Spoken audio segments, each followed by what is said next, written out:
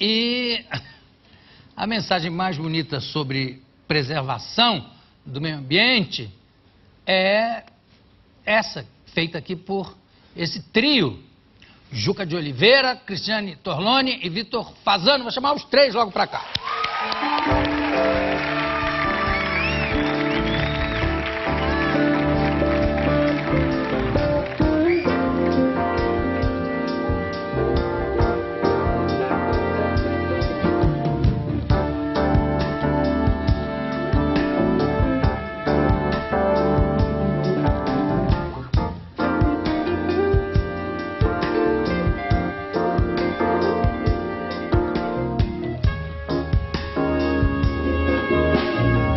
À vontade, vocês sentam onde vocês quiserem. A Cristiane mais perto de mim, evidente, junta mais. Óbvio, óbvio. Depois a gente troca, se for o caso. Vocês estão bem? Tudo bem? Tudo em paz? Tudo ótimo. O Juca, você que escreveu o texto a respeito escreveu esse manifesto, né? Exato. E Cristiane, quem foi que teve a primeira ideia disso? Juca de Oliveira, desde o Médio Maria. Tem uma história longa, né, Juca? Na verdade, esse movimento só existe por causa da Cristiane e por causa do Vitor, ambos ambientalistas, e que me deram a ideia e me estimularam a fazer isso. Porque o que aconteceu é que durante 2 vezes consecutivas, em 2003, na gravação da Médio Maria, de uma minissérie da Rede Globo, e 3 anos depois, em 2006, na gravação da Amazônia, de Chico Mendes de Galvez a Chico Mendes, a gente, quer dizer, eu as 2 vezes, mas eles na última, nós pudemos constatar em loco, em contato com a floresta, o que significa a devastação da floresta amazônica. O que é a comovente destruição do mais rico ecossistema tropical do mundo. Patrimônio também, né? Patrimônio da humanidade, patrimônio do país, patrimônio do Estado brasileiro e, como diz o Vitor sempre, nós somos o povo da floresta.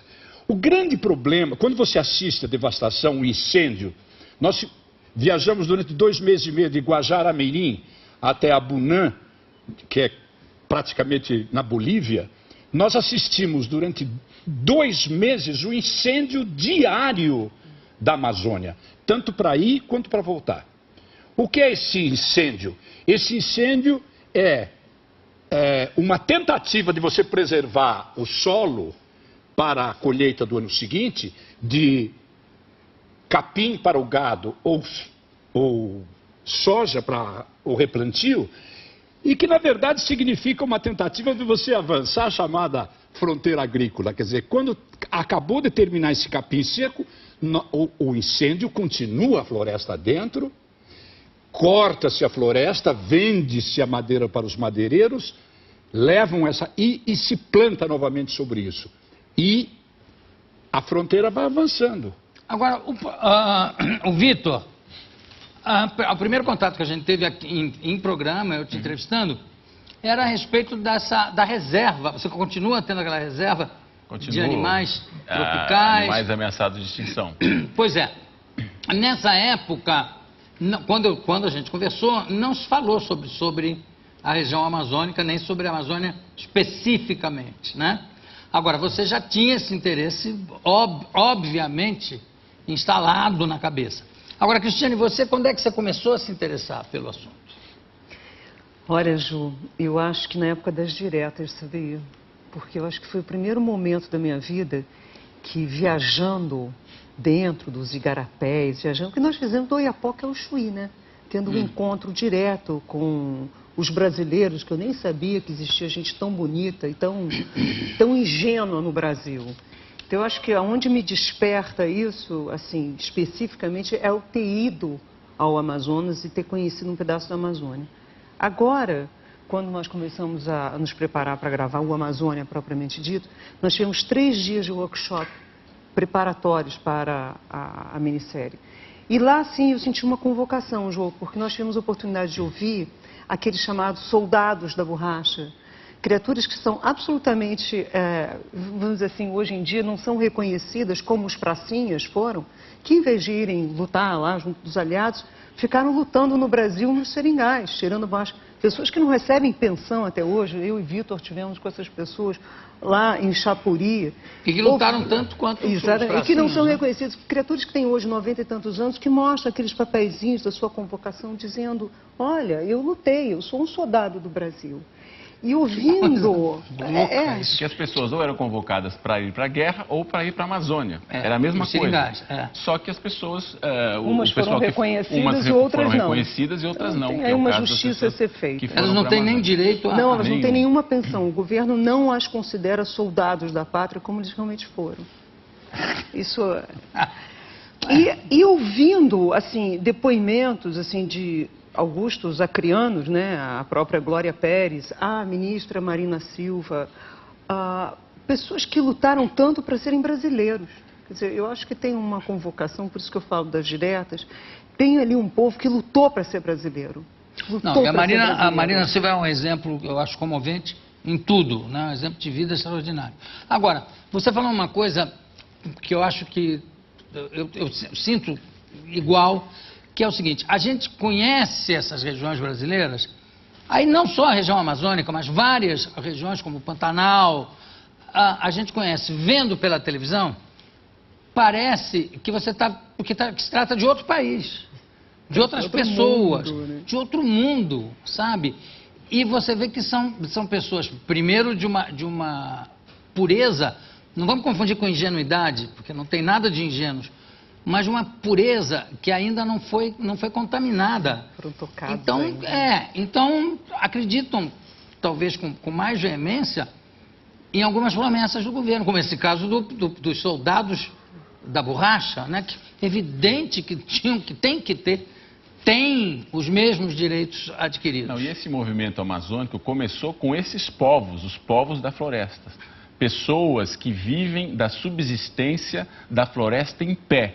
Uma vez que você retira a floresta, essas pessoas não terão mais meios de sobrevivência. E devido ao tamanho, eu acho que o planeta inteiro é povo dessa floresta, né? Claro. Se acaba essa floresta, imagina a bagunça. E as pessoas esquecem, Ju, que o Brasil era uma imensa floresta. O Brasil era 90% de seu território uma grande floresta.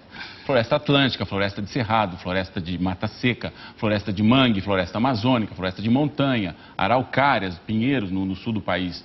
E hoje a última floresta que nos resta é a floresta amazônica, porque todas as outras florestas nós já destruímos com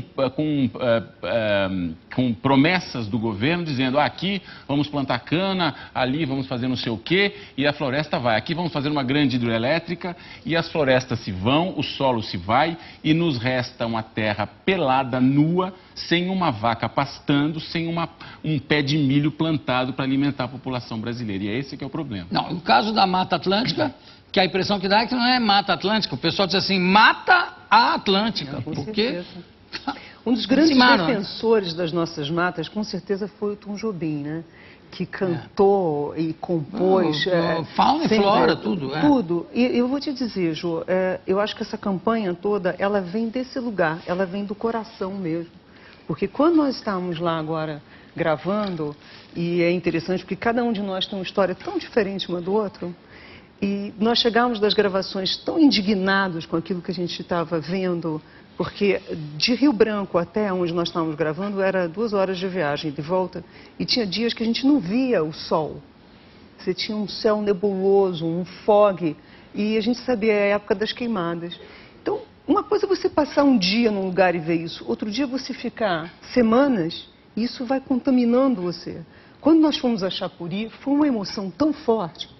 E daí nós voltamos, aí à noite nós estávamos jantando e me disseram assim, o Juca abraçou uma samaúma e chorou muito tempo. Não, porque só é o tal negócio. Tem que viver o local, tem que realmente viver para ver. Seria tão importante se cada brasileiro que está aqui, cada brasileiro que vai estar nos ouvindo, tivesse uma única oportunidade de um dia ir conhecer a floresta. Duvido que nós fôssemos tão, enfim, apáticos em relação àquilo que está acontecendo. Porque quando você olha, você diz, eu sou isso. Eu claro. sou isso. Mas, aproveitando a oportunidade, eu queria mostrar alguns trechos do Globo Repórter sobre a Amazônia. Porque talvez não tenha sido dada a importância necessária ao Globo Repórter, como se fosse apenas mais uma matéria de um programa que trata de assuntos brasileiros, né? Mas eu acho que esse programa específico, vale a pena a gente rever alguns momentos. Então, eu quero soltar agora, nesse bloco, um desses momentos. William, por favor. Águas e matas sem fim.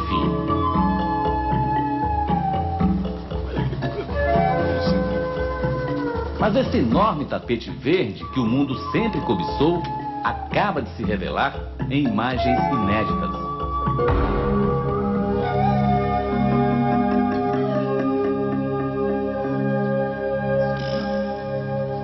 A floresta perdeu a moldura de sua bela paisagem.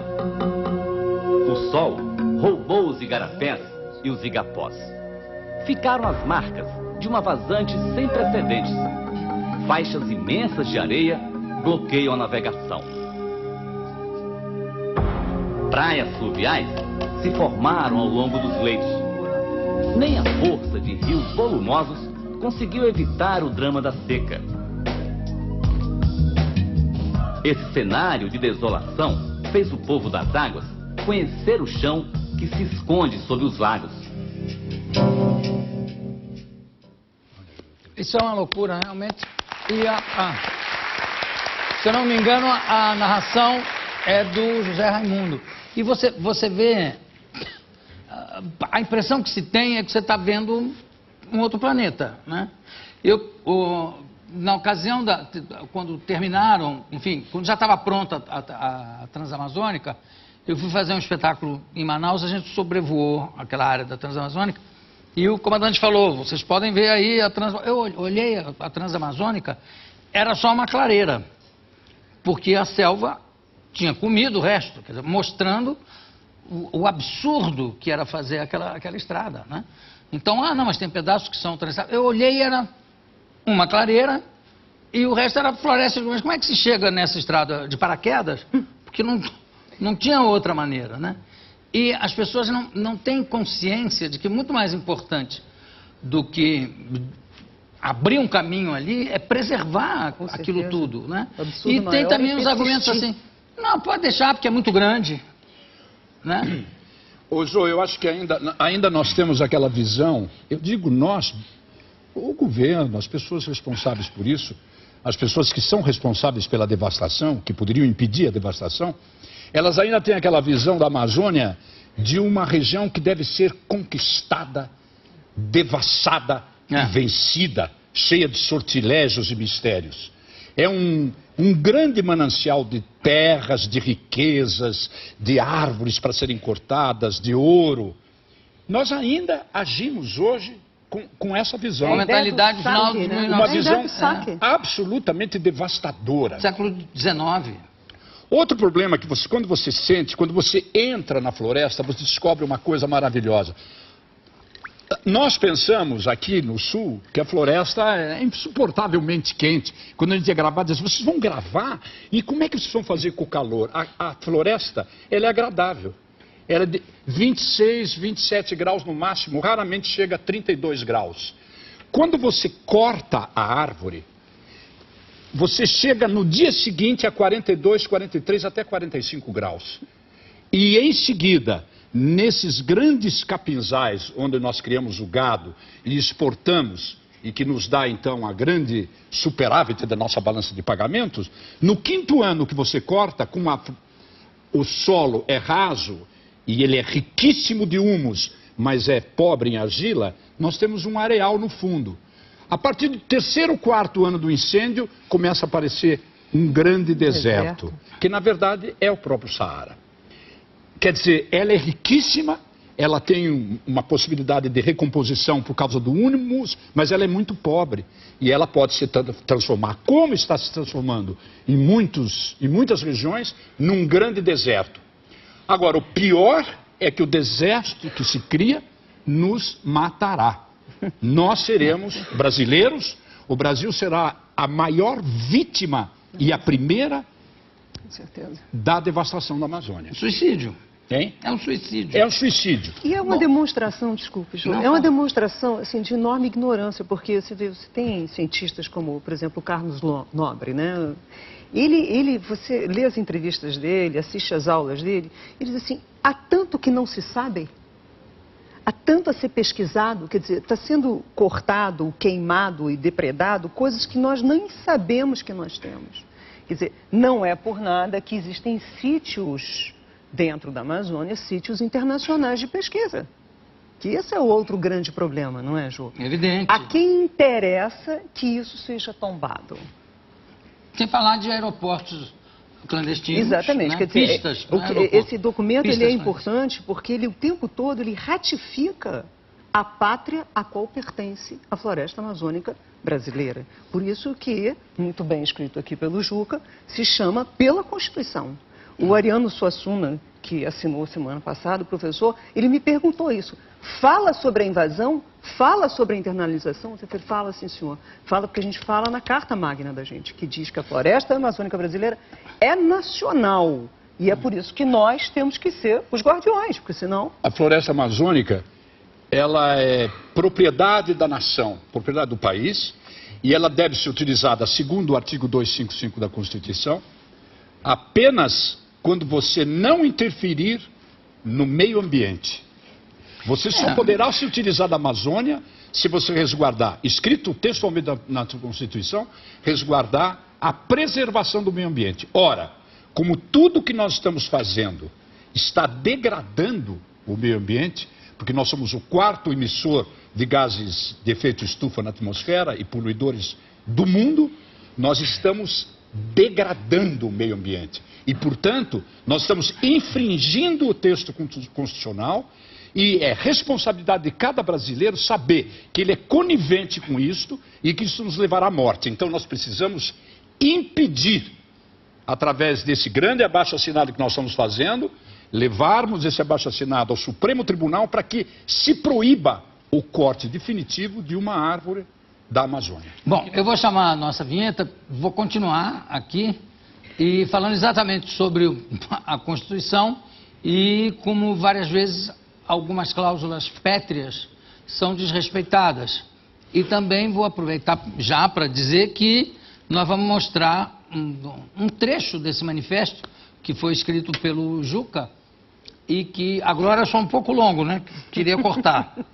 Você cortou um pouco, depois de muito relutar. Cortamos com muita tristeza, porque eram 5 páginas de reclamação, Mas, de ó, indignação.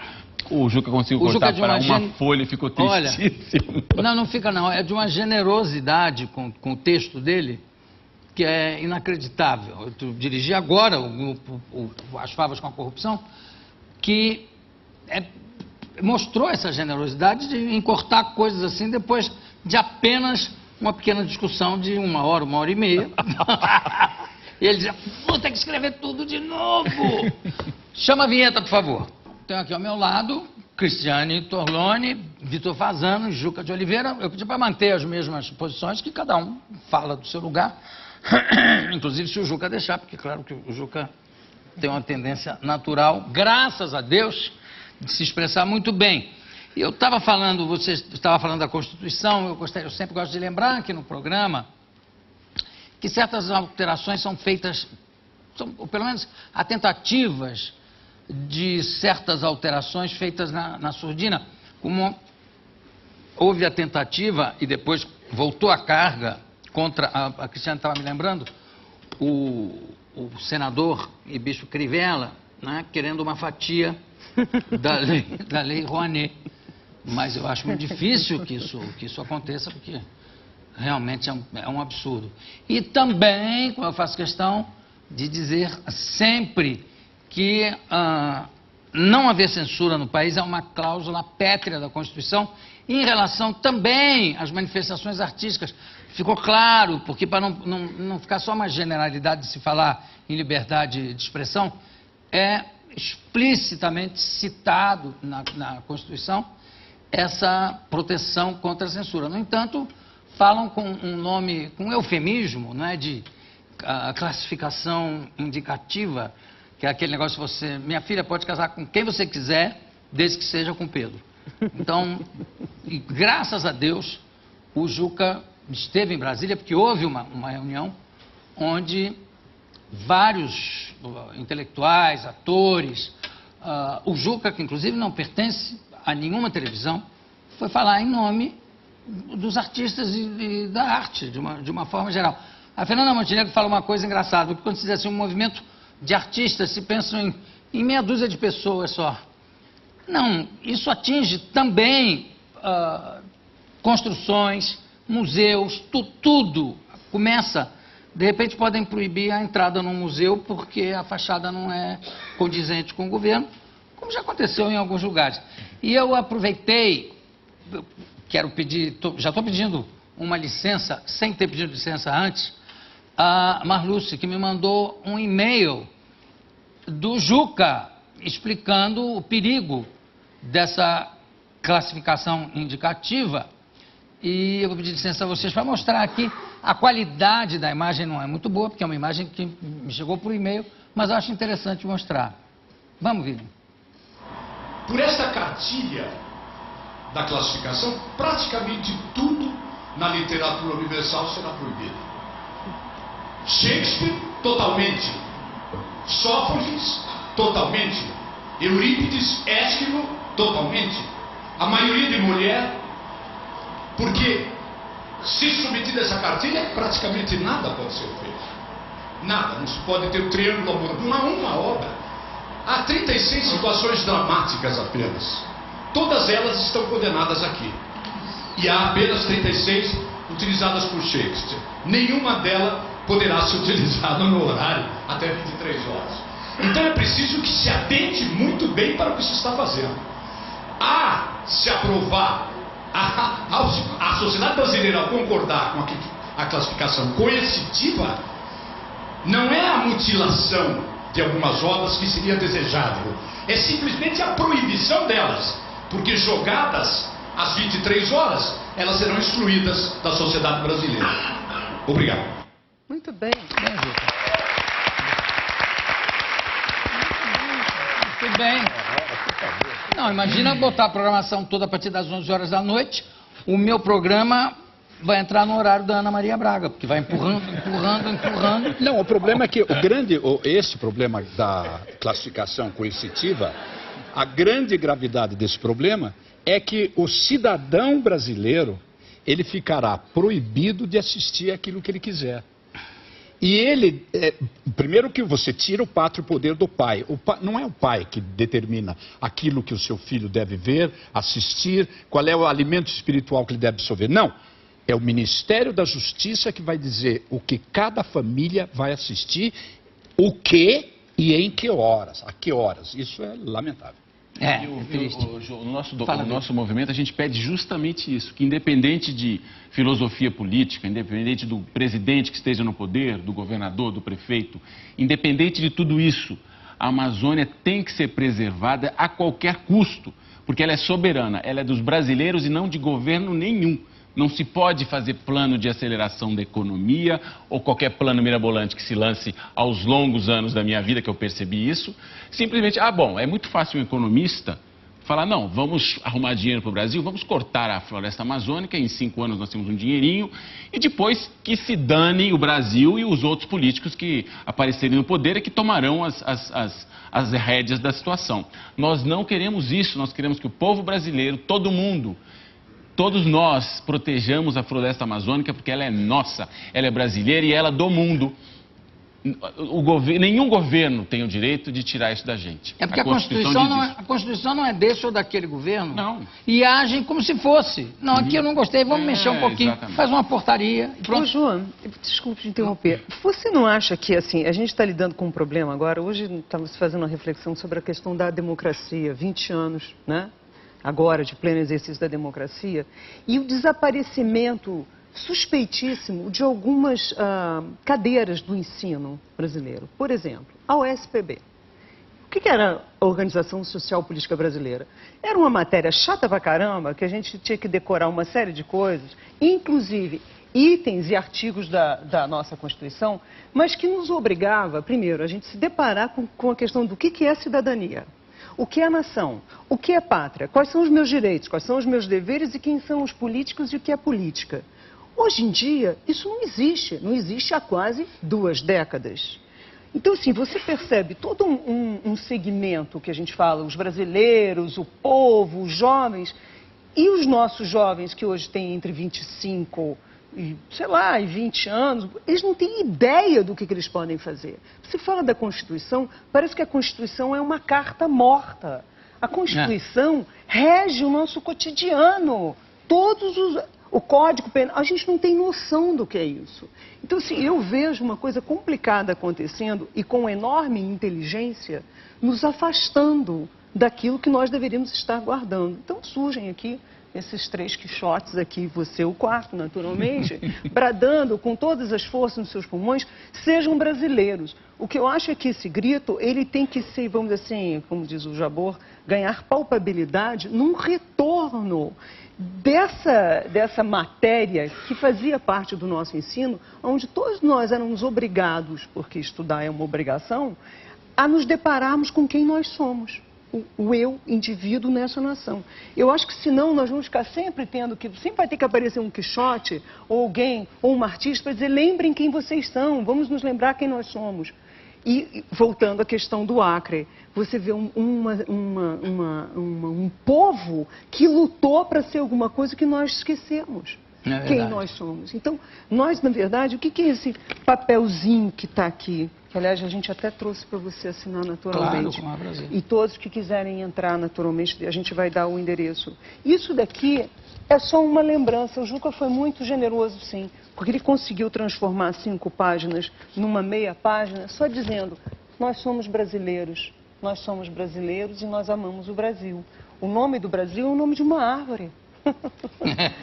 É simples, por isso que a gente está fazendo isso.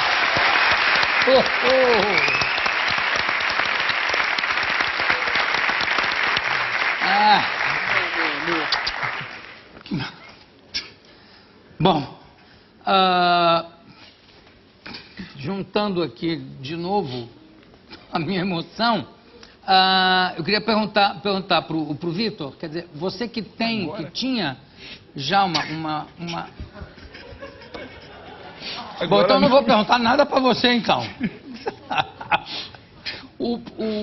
Vamos falar um pouco Outro dia eu vi uma entrevista em que 2 embaixadores brasileiros diziam o seguinte, bom, é preciso que se diga, né, porque fala-se sempre que os grandes poluidores são os 8 países mais desenvolvidos, né, o famoso G8, por causa da poluição dos automóveis, dos gases, etc. e tal. No entanto, o Brasil é o 4º país mais poluidor do planeta em função da queima da floresta amazônica. E um deles falou, não, é claro que quando forem tomadas medidas, não se pode parar com isso, mas vai ter que haver uma compensação por essa poluição.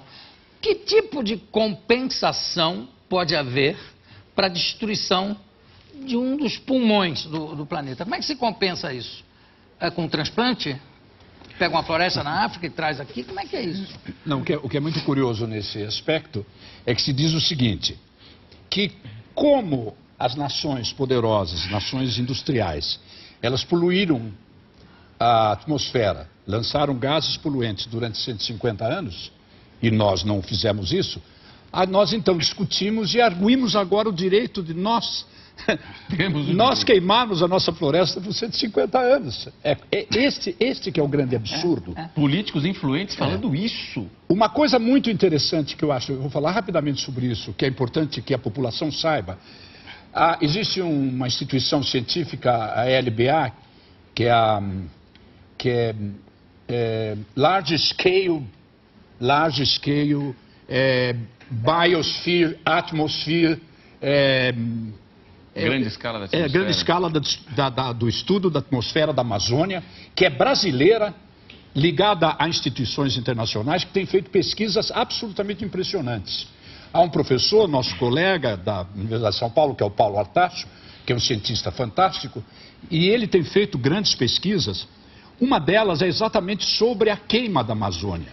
Quando você bota fogo na Amazônia, a fumaça que se desprende, ela interfere num mecanismo de precipitação de chuva em toda a Amazônia, mas chega a vários milhares de quilômetros no sul, o que tem provocado grandes catástrofes climáticas que nós não conhecíamos. Agora nós temos em Santa Catarina tufões, temos furacões e temos secas cada vez mais catastróficas. E quem é que vai sofrer? O Brasil, o primeiro. Por quê? Primeiro, é um país tropical, então ele está mais próximo do Equador. O aquecimento global vai nos atingir. Nós vivemos da agricultura, nós seremos atingidos pelas secas. Nós não temos dinheiro para tecnologicamente salvarmos as pessoas. E quarto, não temos possibilidade de deslocarmos as populações litorâneas com o aumento do nível do mar. Ô Juca, eu vou pedir para soltar mais um trecho do Globo Repórter, que se refere exatamente a isso que você está falando, para que se ilustre um pouco, para não ficar só achando que é uma coisa de quem foi lá e viu e está contando. Está aqui, ó. Qual seria a explicação para a seca tão prolongada e níveis tão baixos nos rios? Os técnicos do INPA, Instituto Nacional de Pesquisas da Amazônia, tentam desvendar o mistério. Uma das causas, segundo os pesquisadores, pode estar ao norte do Atlântico. O aquecimento das águas do mar estaria evitando a formação de chuvas. A devastação da floresta também ajuda a alterar o clima, diz o geógrafo Arnaldo Carneiro, que estuda o comportamento das bacias hidrográficas. O problema está muito concentrado aqui na região do norte do Tocantins, na confluência Tocantins, Maranhão e estado do Pará. Os mapas de monitoramento do INPA mostram que os municípios das áreas citadas pelo pesquisador já destruíram 90% de suas matas. No futuro, essas regiões podem viver situações que o Nordeste brasileiro vive hoje? Com certeza. Que é falta de água, precarização de recursos hídricos de maneira geral, uma seca um pouquinho mais pronunciada. Pode vir a ser um problema recorrente na Amazônia. É impressionante. João, esses prognósticos, no fundo, são muito suaves, porque essa mudança toda, o que é a atmosfera? São reações químicas e físicas do meio ambiente como um todo. Então, nós não sabemos, não temos estudos suficientes para saber o que vai acontecer se o Rio Negro aquece mais ou se ele corre com menos volume de água. Ali para frente, alguma reação física ou química acontece, claro, que isso vai gerar um vento que não tinha, que esse vento gera não sei o quê. Uma seca prolongada na Amazônia, por exemplo, pode de repente incendiar a floresta inteira num determinado ano. Que pode ser o ano que vem, daqui a 10 anos, daqui a 200 anos, não se sabe, são todas reações físicas e químicas do meio ambiente. O planeta Terra foi criado assim, reações químicas e físicas que chegaram num equilíbrio, que nós não estamos mais nesse período, e que o clima ficou amável, suave, as temperaturas variavam pouco. Agora não. Agora as catástrofes serão mais intensas, o clima será mais imprevisível, os ventos, o nível do mar, a mortandade, tudo isso é imprevisível. As previsões são muito brandas, eu acho, pelo que eu conheço de meio ambiente, entendeu? Não, eles querem que a pororoca se transforme na piririca. Não. E, aliás, você falou uma coisa interessante aí, não só do ponto de vista ecológico, mas desse ponto de vista das coisas serem interligadas. Tem um conto do Ray Bradbury, muito bonito, um conto de ficção científica, em que eles conseguem inventar uma máquina do tempo que promove caçadas na pré-história. Só que os caçadores só são autorizados a matar bichos que já vão morrer. Então vai cair uma árvore que vai matar um dinossauro. Antes da árvore atingir o dinossauro, o caçador pode atingir pelo prazer de matar um bicho daquele tamanho. Que já é uma estupidez. Mas, enfim, respeitando o movimento ecológico da coisa, né? O ecossistema.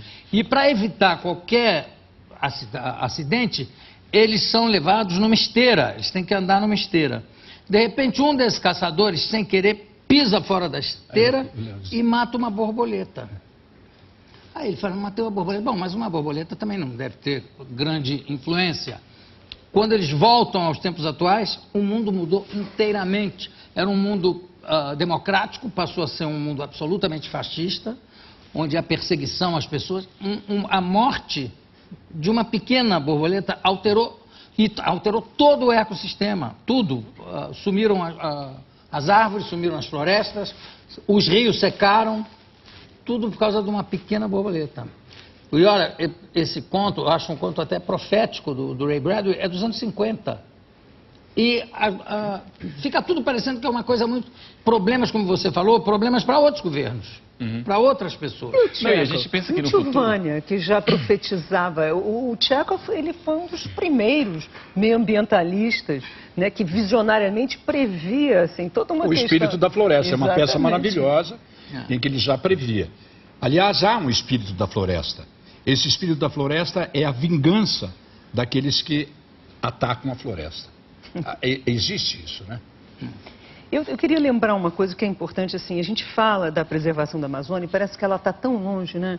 Mas, no entanto, o exercício da preservação, ele está no nosso dia a dia, né, Jô? Na nossa casa, de como é que a gente não desperdiça, né? O nosso, aliás, companheiro, colega nosso, o André Trigueiro, ele tem um trabalho super bonito em relação a isso, ele tem um livro escrito, é um professor, e ele tenta não fazer um discurso da catástrofe. Como?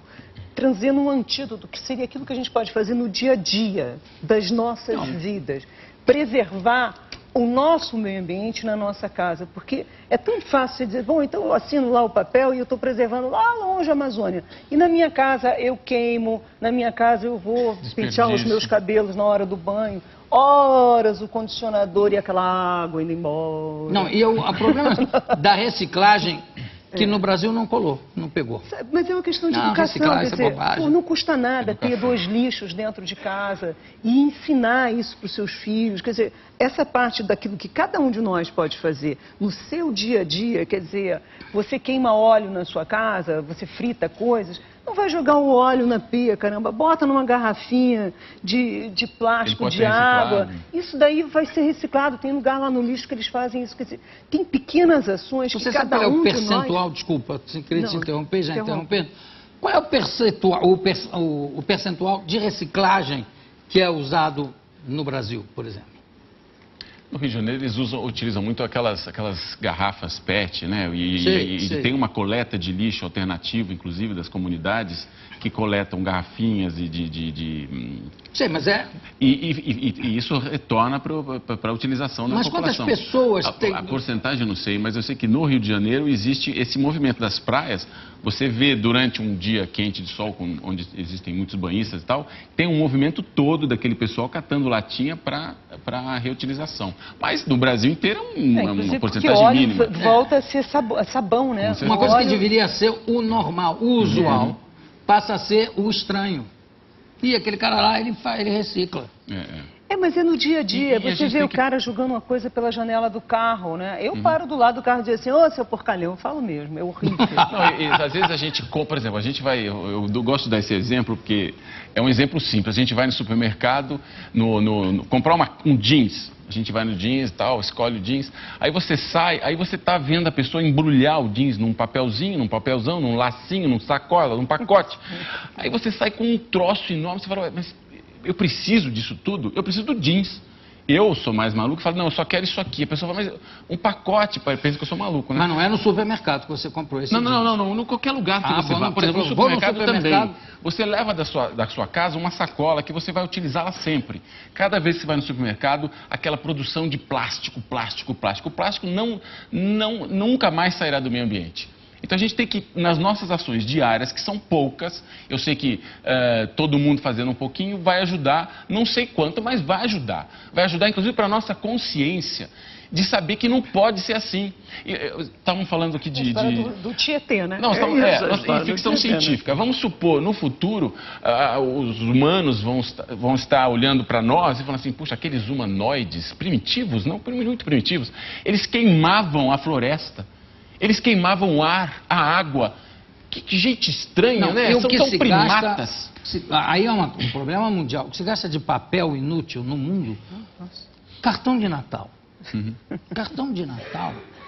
Mas são pilhas e pilhas de cartões. Por isso que tem que ser um movimento de empresários, um movimento da população. Todo mundo tem que achar, não, vamos produzir menos lixo. Vamos, não precisa cartão de Natal. Vamos, eu te mando um beijo pro telefone, ou vamos, sei lá, vamos fazer um e-mail geral. Um e-mail geral. Né? Todo mundo pode fazer uma coisa, inclusive os países ricos, inclusive os empresários, inclusive as populações carentes, inclusive nós.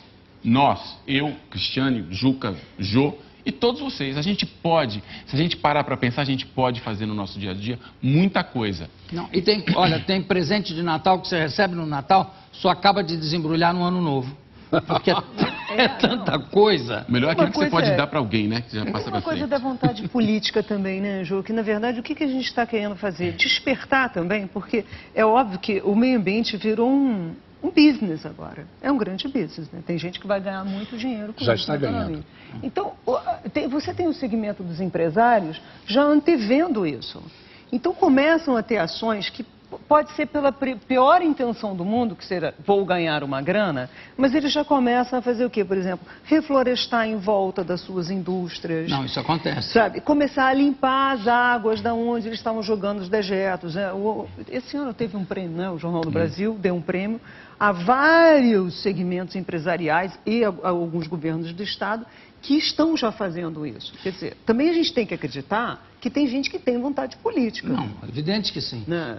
Eu só vou pedir para a gente chamar a nossa vinheta e vamos continuar aqui com esse assunto e também de obras monumentais instaladas em lugares pouco adequados. Muito bem. Vamos lá.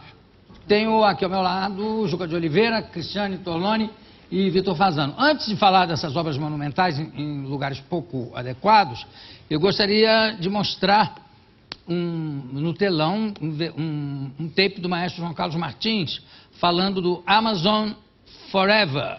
Vamos lá, por favor. Ele iniciou em 2007 a série Amazon Forever, de concertos dedicados ao ARPA, Áreas Protegidas da Amazônia, o maior e mais importante programa de conservação de florestas do mundo e que tem como um dos seus símbolos a árvore Samaúma, de 35 metros de altura. Este vídeo do ARPA foi exibido na recepção no Carnegie Hall, em Nova York, em 6 de janeiro de 2007, logo depois que ele se apresentou pela primeira vez como maestro no palco que já o tinha recebido 14 vezes como pianista. E se apresentou com a sua Baquiana, a única orquestra de música clássica privada do Brasil.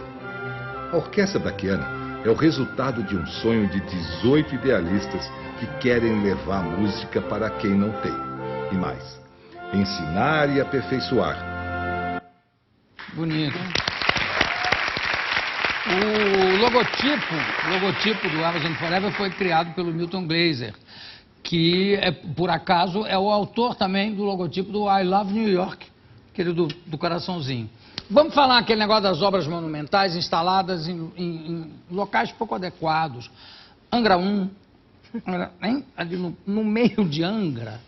Terra podre, né? Porque quando chove desliza, né? Eles, além de ser um paraíso, a terra não é boa para aquilo, né? Aí ela você afunda, passa né? lá, dá um certo medo, não dá?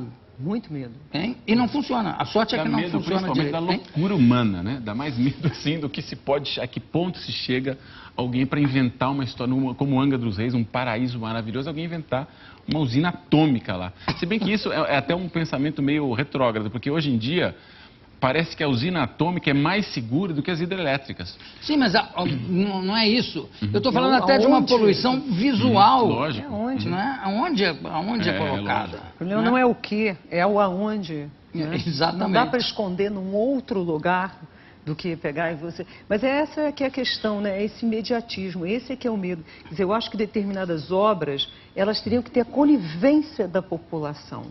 o Brasil ele tinha que ser arguído. Nós queremos ter este monumento nesse lugar, esse monumento no mau sentido. Quer dizer, a gente vai vendo as coisas serem feitas à nossa revelia e depois, por uma questão geracional, nós vamos ser cobrados, né, Jô? Essas hidrelétricas que estão fazendo agora no Rio Madeira e tudo mais, nós sabemos por outros exemplos que vimos no próprio país, que as hidrelétricas no futuro pode ser que não sirvam para nada, porque com a quantidade de água nos rios diminuindo, vamos supor que você demore 20 anos para construir uma hidrelétrica no Rio Madeira. 3, 4 hidrelétricas no Rio Madeira. Com a diminuição da água, essa hidrelétrica não servirá para nada, não terá água para gerar energia lá dentro. Fora todas as catástrofes que vêm depois disso. As espécies ameaçadas de extinção, as cachoeiras que serão encobertas. Ali eu vi numa revista outro dia que mostrava justamente os 3 locais maravilhosos que iam ficar debaixo dessa hidrelétrica do Rio Madeira. Quer dizer, os projetos são muitos, mas eu acho que o foco não é o correto. O foco é, bom, teremos vamos gastar esse dinheiro todo, vamos fazer esse projeto neste local, um local tão preservado, tão ainda inexplorado e não cientificamente estudado, porque o nosso problema é não estudar. Nós não estudamos suficientemente o meio ambiente que nós estamos destruindo. Então lá, voltando a falar da ficção científica, vamos falar, mas aqueles macacos destruíram o remédio que ia salvá-los. Esses humanoides incompetentes destruíram a seiva da eterna juventude. Sabe uma coisa assim? É possível. É evidente. A gente não sabe, a gente não tem estudo para isso. Essa que é a questão. A pesquisa, nesse momento, deveria ser o nosso maior investimento. Eu fico muito triste de ver esses rios de dinheiro que são roubados dos nossos impostos, né? Que a gente fica vendo nas malas, nas cuecas, nas mesas, né? Na agropecuária. Não, dinheiro que ninguém diz, não, meu não é, não, também não sei de onde veio, ninguém sabe, tem lá 1.700.000 que ninguém diz de onde veio nem de quem é. Dinheiro esse que, na verdade, está custando vida hoje. Na verdade, dinheiro que podia estar sendo reinvestido como deveria ser em pesquisa nesse país, trazendo cientistas nossos que foram embora do país, porque isso daqui virou uma esculhambação. Costuma-se dizer que o país só cresce investindo em cultura e tecnologia de ponta. Talvez sejam as duas coisas onde menos se investe. Não, pelo contrário, vai se evadindo o dinheiro. Quer dizer, em vez das pessoas terem orgulho de dizer, agora, como estava se falando do professor Attar, as pessoas que ajudam a nação são quase desconhecidos, mas estão aí dedicando talvez... O MST que foi lá, entrou naquela pesquisa do tamanho do monte, se perdeu 20 anos de pesquisa. Jô Soares, 20 anos foram destruídos. As pessoas aparecem na televisão rindo de ter destruído 20 anos de pesquisa. O que é isso? Agora, eu queria te perguntar o seguinte, né? Quando vocês estiveram lá, qual é a opinião, porque eu em 18 anos de programa, já entrevistei aqui alguns políticos que diziam que na região amazônica, o jacaré é o inimigo e a motosserra é a companheira. Ah, bom, né? Sabemos que é a frase, inclusive. Lá na região, você chegava a ouvir alguma defesa da loucura? Não, sempre a favor Sempre que nós estivermos em contato com a população local, quer em Rondônia, quando nós fizemos a Média Maria, quer agora, nós sempre tivemos o apoio absoluto da população em relação à preservação do meio ambiente. E a política local?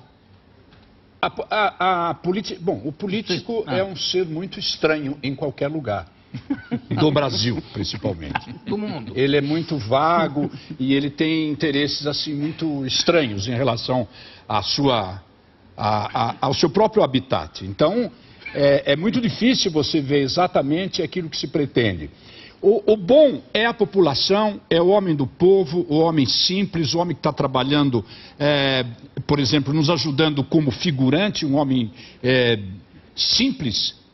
Este tem uma consciência absoluta do que ele está fazendo em relação à sua terra, em relação à sua Amazônia. O Vitor falou uma coisa muito interessante aqui sobre que talvez quando nós formos fazer a hidrelétrica do Rio Madeira, não haja suficientemente água. E as pessoas falam sobre a diminuição da água, mas parece um pouco vago para quem não está sentindo. Eu vou dar uma experiência terrível para mim. assustadora, uma coisa que me chocou muito agora. Eu moro há 34 anos numa fazenda. E lá eu faço há 34 anos preservação ambiental. E há 34 anos eu planto, eu refloresto. Teoricamente, eu deveria, sempre que eu plantasse, eu deveria ter um aumento da água das minhas minas. Agora, há 5 meses atrás, o Manolo, que é um especialista um espanhol especialista em minas, foi fazer a limpeza das minhas minas e ele está comigo há 34 anos fazendo esse serviço, não para mim, na região, e disse uma coisa: olha, eu vou dar uma notícia terrível. Em 2 anos, a sua água diminuiu 30%. 30% diminuiu a água da minha fazenda, o córrego, a dimensão do córrego. Em 2 anos, 30%. Pense, por quê? Porque em virtude das secas, em virtude do incêndio da Amazônia, nós estamos recebendo no sul cada vez menos chuva, menos chuva, menos chuva. Já está se pensando até na transposição de algumas tipo de agricultura que já não se comporta mais em determinado espaço por causa da seca. Olha que absurdo! Então, a gente que sente isso, você vê que nós estamos no limite de um perigo enorme, Ju, enorme. Inclusive, na Amazônia, uma coisa importantíssima que a gente presenciou no dia a dia, porque a gente ficava todo dia indo para o barco, o rio, a bacia amazônica perde por dia na vazão, quando o rio está descendo, 10 centímetros. É impressionante você imaginar o norte do Brasil inteiro, aquela região imensa, perder isso de água numa esponja. Imagine uma esponja perdendo esse troço aqui, tanto assim de água numa região como é toda a floresta amazônica.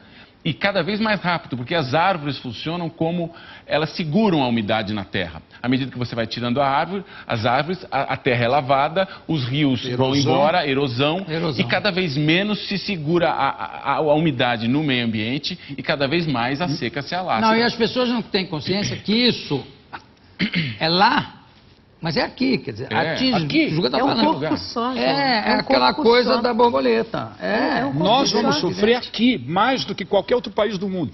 Os Estados Unidos estão fazendo experiências fantásticas sobre biotecnologia e sobre genética nas plantas, para plantar soja, milho, com sementes que resistam à seca. Nós não temos dinheiro para fazer isso. Nós vamos não ter o que comer. A gente não faz nem seres humanos que resistam à seca. E o pior Tem gente tudo, que morre no Brasil pela seca. A hora que levantar o nível do mar 60 centímetros, coisa que poderá acontecer daqui a pouco, como é que nós vamos deslocar populações, uma população inteira, a população do Rio de Janeiro? Como deslocar uma população? Já se está pensando nisso, já se está provendo a mudança de populações litorâneas nos Estados Unidos. Nós nem sonhamos com isso ainda. Fora que ainda dá tempo, né, Ju? Porque se você pensa que se nós já temos 165 mil quilômetros quadrados já desflorestados, como diz a nossa querida ministra, a gente não precisa derrubar uma única árvore para começar a replantar. Ou para plantar tudo que se quer plantar. O que é terrível é você viajar e você não vê nada plantado. Você vê uma terra destruída e você diz, mas por que não começa a plantar aqui em vez de continuar cortando? Quer dizer, é possível reverter, porque também se você recebe um choque e diz, não há nada a ser feito. Não, claro que crianças, há muito a ser feito. Agora, muito a ser feito. Olha só, eu não sei se ainda temos algum trecho do Globo Repórter para mostrar. Então eu queria, antes de mostrar, depois eu quero mostrar o site, quero mostrar também, ver um trecho do manifesto, aliás, que agora o manifesto virou um trecho, realmente. E queria saber se vocês não trouxeram um colantezinho desse para mim, não, né? Querido, não, mas não, você não pode tirar de você. Mas, meu querido, isso daqui é como o amor, a gente vai passando, contaminando o coração das pessoas. Obrigadíssimo mesmo. Solta, Willem! Pelas contas dos ambientalistas, a Amazônia já perdeu 17% de sua cobertura florestal. Nos últimos 20 anos, 700 mil quilômetros quadrados foram devastados. Uma área quase do tamanho da Alemanha. E quanto mais se destrói, mais longos serão os períodos de seca. É que a massa tem o poder de multiplicar a chuva. A água cai sob forma de chuva, a planta retira, joga de novo na atmosfera. Essa mesma água vai formar nuvens que vão condensar e vão chover de novo adiante. Quer dizer, esse poder de multiplicar a chuva só a floresta tem. Só a floresta. A floresta funciona como uma bomba de sucção. Uma bomba de água. Tirar água do solo e fazer retornar para a atmosfera. E depois... E para cair de novo, para cair de novo, para cair. Você sabe que isso é o que está acontecendo aqui foi o que destruiu o Império Maia, porque eles, para fazerem construções, eles tinham que usar uma cal que era feita da floresta queimada. Eles queimavam dia e noite, os fornos ficavam queimando a madeira com aquele carvão, a massa que faziam para fazer os grandes prédios do Império Maia. Só que, com isso, eles foram devastando a floresta, porque aquilo era no meio de uma floresta. A cidade foi crescendo e cada vez mais, como era dia e noite, cada vez eles precisavam de mais, eles acabaram com uma área de floresta, mas assim, inacreditável, imensa. Aquilo ficou um deserto. E aí eles não tinham mais onde plantar, nem o que comer, nem o que beber. E foi o que liquidou o Império Maia. Ah, mas isso levou 100 anos. Tá, que levasse 200, é muito pouco, né? E o final de outras civilizações também foi dessa forma. Outras, não só a Maia. É incrível, claro. Nós Que a gente já fala sabemos da floresta, disso. né? Mas a gente não fala de tudo que está dentro dela, de tudo que está vivo ali dentro, né? Todos os bioorganismos, tudo que respira, tudo das borboletas que você está falando, tudo que está ali dentro. Inclusive é bacana o nosso manifesto, que a gente fala das árvores, das nossas árvores, né? Como monumentos de nossa cultura e história. Isso que a Cristiane falou, que me comoveu muito, foi quando ela lembrou que o nome desse país é o nome de uma árvore. Né? É mesmo. Vamos ver o site. Só deixa eu dizer uma coisinha. Essa destruição dessa biodiversidade, das espécies e tudo, e da riqueza e da Amazônia, o que nós estamos fazendo? Como se nós fôssemos garimpeiros, nós estaríamos preservando o barro, a argila, e jogando fora os brilhantes. Ou os brilhantes. É isso que nós estamos fazendo. Vamos ver o site, por favor? Carta aberta de artistas brasileiros. Quando você entra, você aperta o clique aqui para assinar e aí em seguida entra um cadastro. Se você clicar no manifesto que está no campo à esquerda, hoje já estão 520 mil, né? Aí você começa a ter o download. Já tem quantas? 520 mil. Chegando a 1 milhão, vocês vão levar ao presidente da República. Nós vamos levar num grande apelo, né? Vamos ver se a gente... Essas são as comunidades. Atinge esse número rapidamente. Agora, o bacana é como atinge esse número, né, também, Jô? Como a gente está fazendo, costurando esse nosso movimento com todas as representações da sociedade civil brasileira, com todos os movimentos da sociedade civil brasileira. Já estivemos com os representantes das tribos no Xingu, com outras tribos na Amazônia, estivemos aqui com empresários, estivemos com a Academia Brasileira de Letras, estivemos com a Organização da Imprensa Brasileira. O segmento do GLS que entrou, segmento que foi super GLS, bonito. o momento dos negros. A gente está fazendo um caminho bonito que a gente quer que o brasileiro perceba que isso é nosso, que a gente tem que defender. Nós queremos um futuro bacana para o Brasil. Nós queremos plantar, nós queremos, se for biodiesel, até biodiesel, mas não na floresta amazônica, a nossa última grande floresta e a última grande floresta tropical da Terra. Bom, para terminar, eu vou pedir para Cristiane ler o manifesto. E o óculos? Não. Juca, você está com óculos. Pronto, Leia. então o próprio... Aquela que trouxe tudo menos o óculos. Que bonito. Carta aberta de artistas brasileiros sobre a devastação da Amazônia. Acabamos de comemorar o menor desmatamento da floresta amazônica dos últimos 3 anos. 17 mil quilômetros quadrados. É quase a metade da Holanda. Da área total já desmatamos 16%, o equivalente a 2 vezes a Alemanha e 3 estados de São Paulo. Não há motivo para comemorações. A Amazônia não é o pulmão do mundo, mas presta serviços ambientais importantíssimos ao Brasil e ao planeta. Essa vastidão verde, que se estende por mais de 5 milhões de quilômetros quadrados, é um lençol térmico engendrado pela natureza para que os raios solares não atinjam o solo, propiciando a vida da mais exuberante floresta da Terra e auxiliando na regulação da temperatura do planeta. Depois de tombada na sua pujança, estuprada por madeireiros sem escrúpulos, ateia o fogo às suas vestes de esmeralda, dando passagem aos forasteiros que a humilham ao semear capim e soja na cinza de castanheiras centenárias. Apesar do extraordinário esforço de implantarmos unidades de conservação como alternativas de desenvolvimento sustentável, a devastação continua. Mesmo depois do sangue de Chico Mendes ter selado o pacto de harmonia homem-natureza entre seringueiros e indígenas, mesmo depois da aliança dos povos da floresta pelo direito de manter nossas florestas em pé, porque delas dependemos para viver, mesmo depois de inúmeras sagas cheias de heroísmo, morte e paixão pela Amazônia, a devastação continua. Como no passado, enxergamos a floresta como um obstáculo ao progresso, como área a ser vencida e conquistada. Um imenso estoque de terras a se tornarem pastos pouco produtivos, campos de soja e espécies vegetais para combustíveis alternativos, ou então uma fonte inesgotável de madeira, peixe, ouro, minerais e energia elétrica. Continuamos um povo irresponsável. O desmatamento e o incêndio são o símbolo da nossa incapacidade de compreender a delicadeza e instabilidade do ecossistema amazônico e como tratá-lo.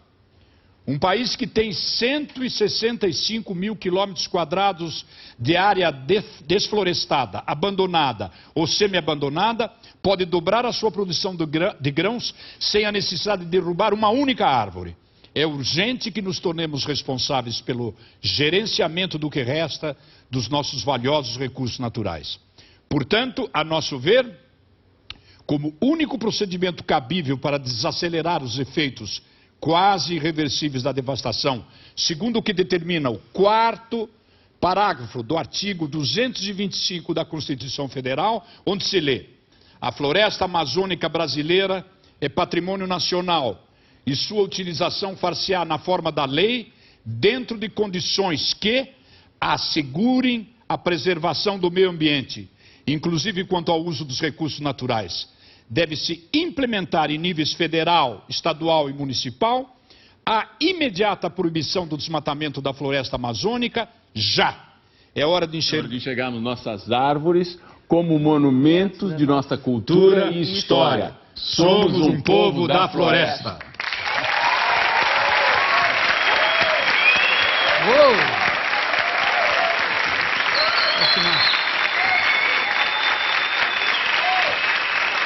Priscila.